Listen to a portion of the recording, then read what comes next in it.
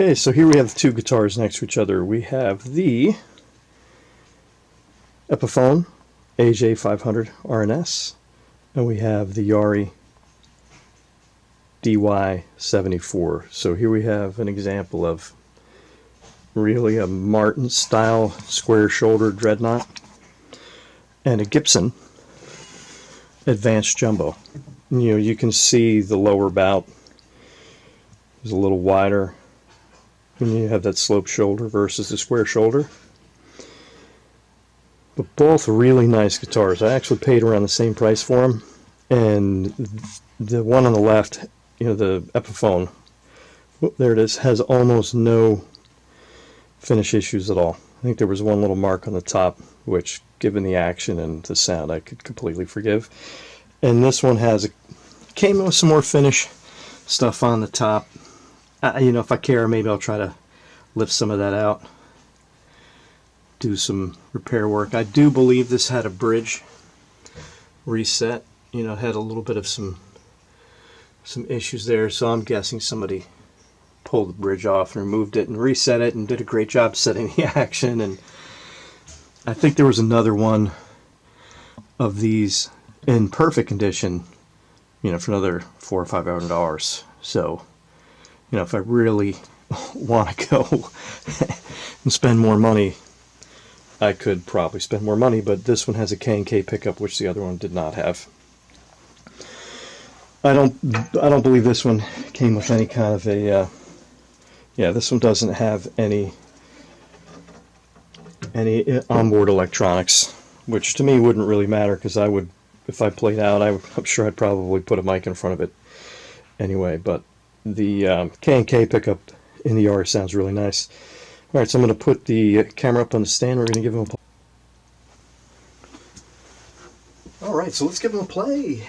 Let's give him a play. This is the AJ 500 RNS, as I've mentioned, depending on where you pick this up. So I'm going to play through one round of a verse of a popular song in this one, which kind of highlights the bass, and on that one. So you have the slope shoulder dreadnought, easy for you to say, square shoulder dreadnought, solid body, solid top, and ply, you know, laminated back and sides on that one. But again, not, you know, it's a high-end laminate, not a cheapo kind of laminate which you can find on, you know, a $200 guitar. That was some of the best guitar building coming out of Japan at the time is Kazuo Yari.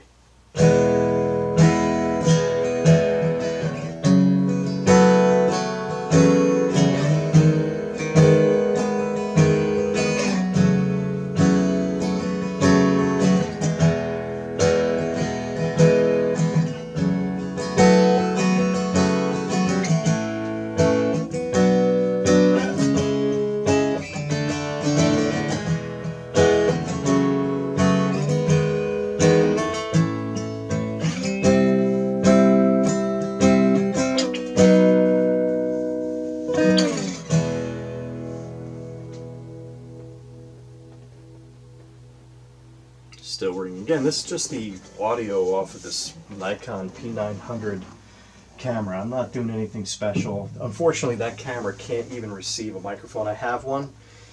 If I record upstairs from the Mac, I'll use this Comica USB mic. But just recording down here in the basement. Again, this is not a professional recording for anything other than you to hear it. So the audio is the same, and maybe the little microphone doesn't pick up as much as the bass, but we'll see how it sounds.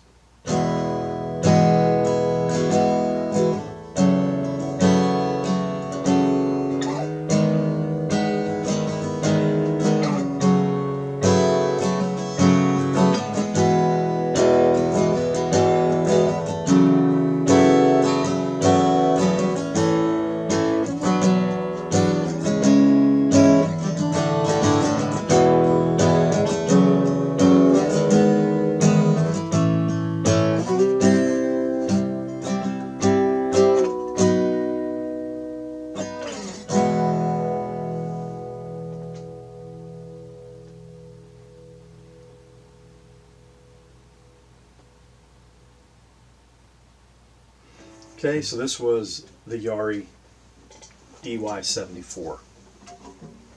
And they do sound different. If we're in here with the room, I mean in the room with me, they sound different. This one has more volume. I believe they have the same strings, or they were strung around the same time. I'm using an Ernie Ball earth wood strings, and they're my new favorite string for sure. I really dig them.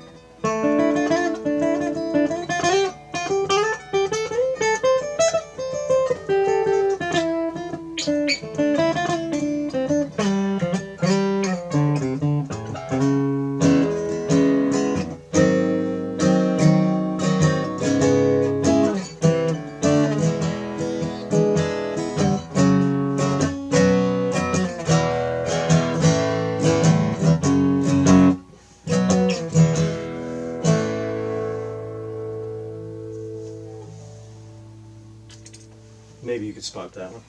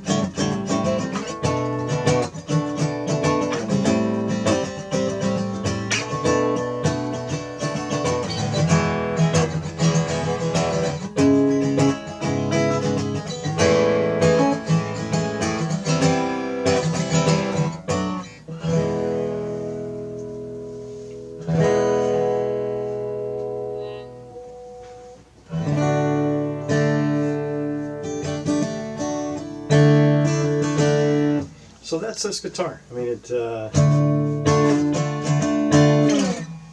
you can really hear it. It's a loud guitar. It's a big guitar. Has a lot of bass response. This guitar happens to be well set up. The neck is really comfortable. This is a graduated C shape. And it's been polished from play. The fretboard's in beautiful condition. You know, has the binding around the neck and the body. This is a rosewood fretboard, and just a really, really nice guitar. I've played a lot of guitars, and this is a really nice guitar. I think the only thing that maybe they could have done better on this one is that headstock shape. It's that, if there's anything that kind of throws you a little bit, it's like if you were to look at it, it's like a modified Gibson headstock kind of tilted.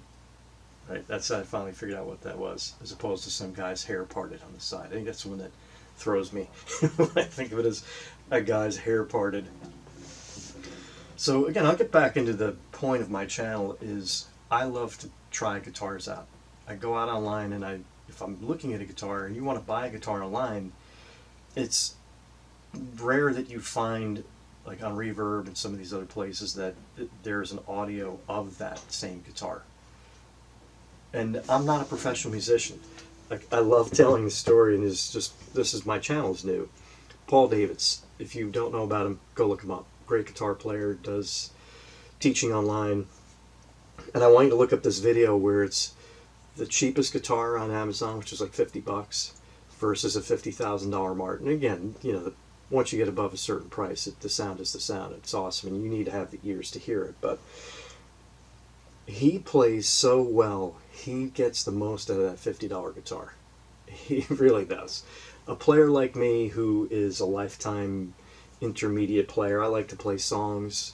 I'm getting more into it. This is the morning. I haven't played it all today. So this is my first playing of the day. But that said, the average player and a beginner player, we just can't get anything out of those crap guitars. So, you know, go spend more money on a better guitar. And certainly if you're a parent buying a guitar for one of your kids to get started, the guitar needs to be playable. And what that means is you need to be able to press the strings down onto the fretboard easily. It shouldn't buzz. It shouldn't have any weird noises when you play a note.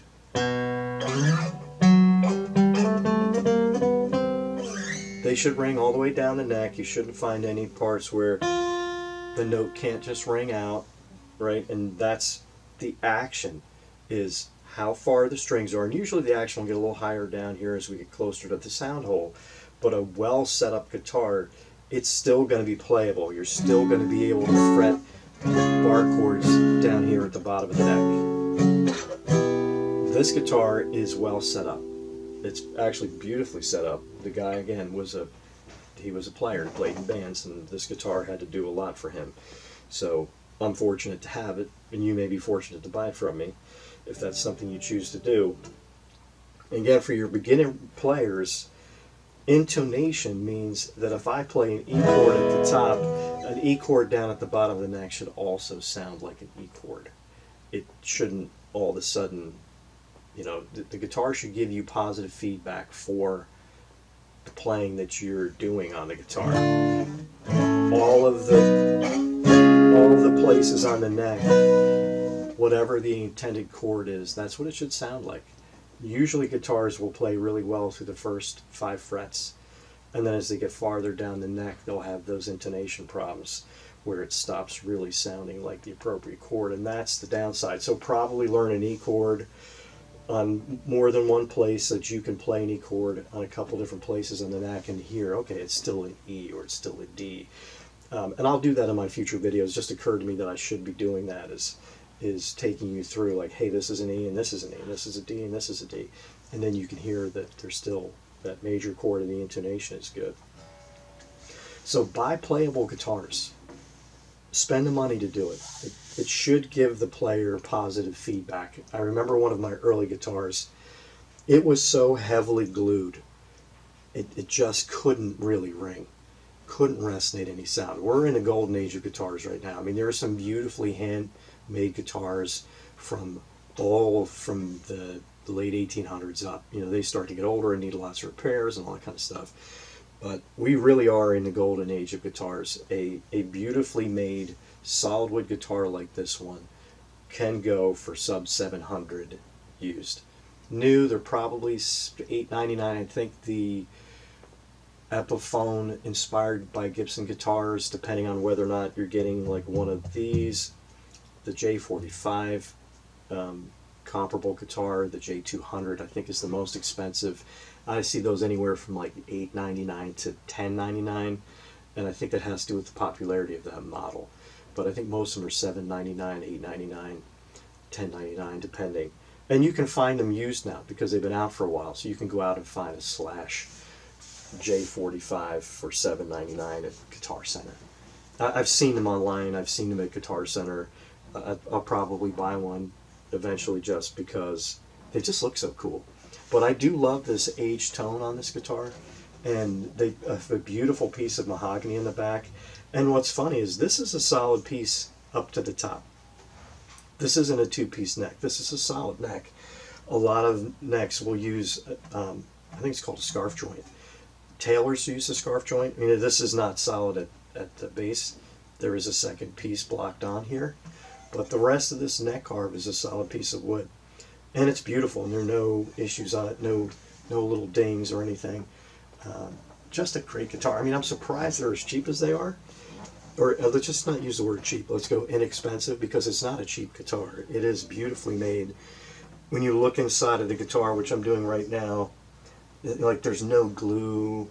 When I look inside of this guitar, it looks like every other high-end guitar I've owned. And I have a Taylor 812 CE. I have the Guild D55. I had a Taylor 714 CE, which I've sold. I had a Martin OM 28. So I've been fortunate enough to own some really good guitars, and I'm continuing to work on my playing so I can get the most out of them and get the most enjoyment out of playing them. This is a great guitar. If you don't buy this one from me and you're looking for a great solid wood guitar under $700, definitely get one of these, or check out the Inspired by Gibsons if you don't like the headstock carve.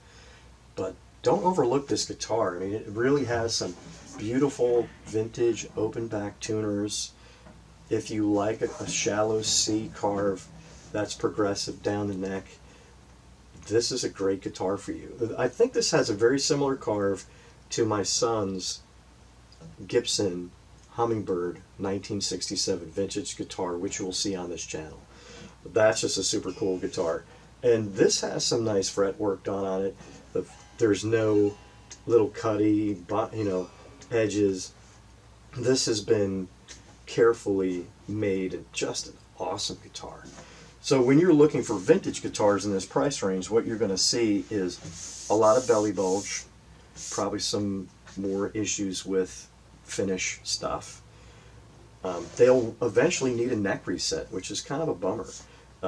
If they're not a bolt-on necks are easy for a luthier to reset. Even we could probably do it. You just have to use a heating element to release the top from the body of the guitar. But you could reset the neck. Where your dovetail joint guitars, they're quite a project for a luthier even. For those of us who might try it, I would try it on a free first, but you'd have to know it had a dovetail joint, and then it's worth you practicing to see if you'd ever do it.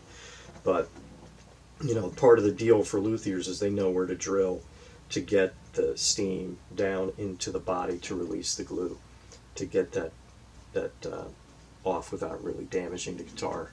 And then you'd have to hand it to a luthier and go, please fix this, please. Don't overcharge me. And then you probably spend more on the luthier than the guitar would be worth for you to replace, which is always a bummer. So great guitar. I hope you enjoy my videos. The premise of my channel: go find cool guitars, play them, own them for a little bit, video record them for posterity, and get them in the hands of the rightful owner, somebody who's going to want to play this. There's some people who really only need one or two guitars. You have a jumbo guitar, and then you have a small OM guitar, and maybe I'll do that some on my channel. But if you want a slope shoulder dreadnought versus a square shoulder dreadnought, if you're more of a Martin guy or a Gibson guy, this is for the Gibson guy that can't afford the Gibson price tag. Gibson's bringing down a line, the G series, but they're different. They have like a sound hole up here. They're not rosewood. They're walnut, which is not. There's nothing wrong with walnut, but they're not Like this is a solid spruce and rosewood guitar with a mahogany neck for under $700. This one will sell likely for under $700. And you're getting a great guitar. If I didn't already have the Guild D55, and I'm kind of in the market for, I want to own a J200 style, full-size jumbo. I want to own one of those, but I wouldn't be disappointed if nobody buys this guitar because it's awesome. But that's not the point of my channel. Is that not the? My wife is like, oh my God, how many guitars do you need? I'm like, I don't think it was about need past my first two, so it's about want. So thank you for watching. When this guitar sells, I'll of course put that in the notes of the video. You would find I probably will be putting guitars out on Reverb and eBay and Craigslist, and probably won't do Facebook Marketplace. I think there's just, Facebook Marketplace is great because you don't have to pay a fee, you don't get a 1099. Like if you sell stuff through eBay, they're starting to issue 1099K. So, and I think it's if you sell less than $20,000 worth of stuff, you don't have to declare it as taxes. I'm not really in a business. I'm just curious. I like to own guitars and sell them. Some guitars I'll probably lose money. I know Jeremy Shepard would be upset with me. He's the guitar hunter. But en masse, if I more than break even on these guitars and I set up a cool YouTube channel, I want to be able to have the money to get out there and find some vintage guitars. Not everybody has $3,000 to spend.